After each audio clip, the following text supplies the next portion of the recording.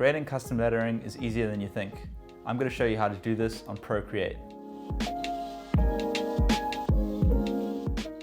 First going to begin by creating some basic guidelines for the top and the bottom of my letters. Make sure that I'm working on layer 1 over here in the layers palette. I'm going to make my brush size thinner, and I'm going to draw a line. What I want to do is I'm going to use that as my top line, and to create a bottom line I'm just going to duplicate that layer. Then I'm going to hit this button here at the top left, which is the arrow, and just check these settings out before I move it. So I want it to be uniform so that the line stays in the same shape, and I'm going to check this snapping settings here and make sure that I've got magnetics and snapping selected. Then I'm just going to drag this line, and you'll see that it always kind of snaps back into place. Then what I want to do next is just merge these two layers. Before I start drawing on that, I'm going to hit the little N on the layer, which is the opacity, and I'm going to turn that down to about 20% so you can kind of just see it.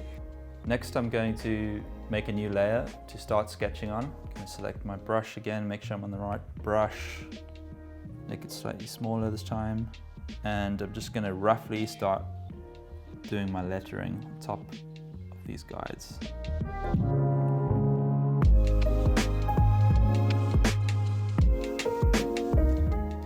Cool, so I've just quickly drawn my A here, and to make sure that all the rest of the letters I'm going to draw are the same widths, what I'm going to do is duplicate this A, and I'm just going to move it across. Then I'm going to again go to the layer opacity and make that A really soft. And then I'll go back to my layer with my original darker A, and I'll start drawing the B over the A, and that way we can match the widths and get the widths exactly the same.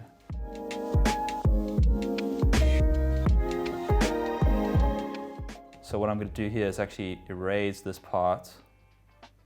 Then I'm going to use this tool at the top, which is the selection tool, and I'll draw a selection around that B.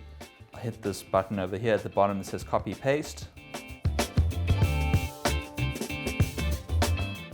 Second part of the B here now. Merge those two layers again. Select that and reshape it slightly.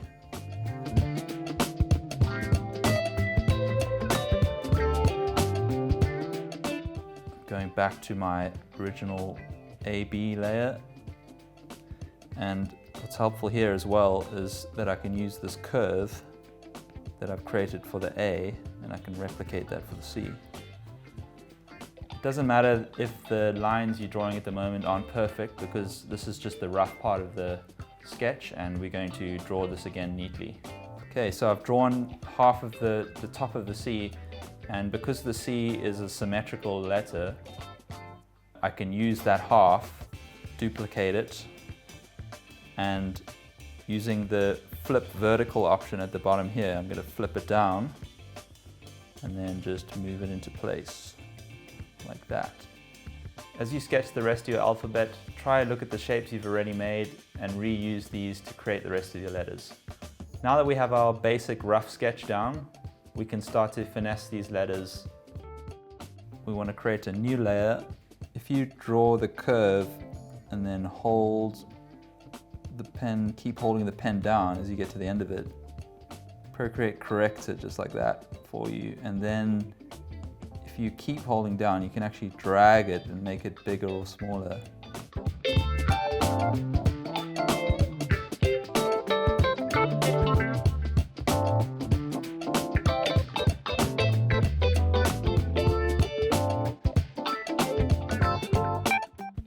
Okay, so now that I'm happy with the line work, I'll make a copy of that. Clicking and dragging on my color at the top, I'm just going to drop that into the letters.